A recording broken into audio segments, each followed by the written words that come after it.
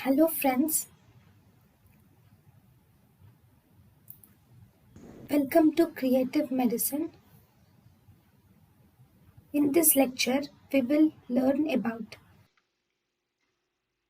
Size of endotracheal tube. The size of endotracheal tube is in millimeters of internal diameter.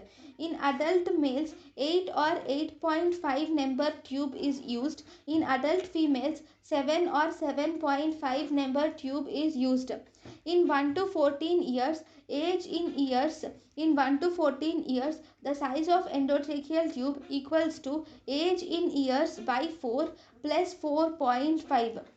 In children especially newborns, the size of endotracheal tube is 3, and in infants the size of endotracheal tube is 3.5 or 4.